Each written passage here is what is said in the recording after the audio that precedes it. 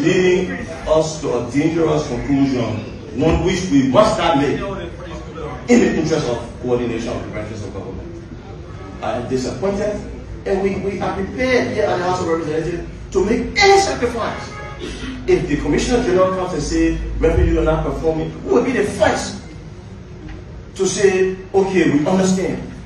But for him to come here today and say he's overperforming, and the Senate is well taken care of, and the House of Representatives has almost only 2 months worth of benefit,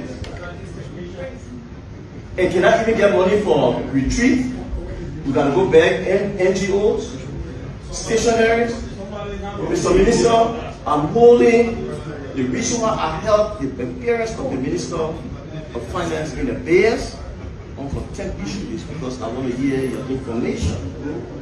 I will tell you this: if we cannot come to a resolution pretty soon, we will shut this House of Representatives down. Motion for executive.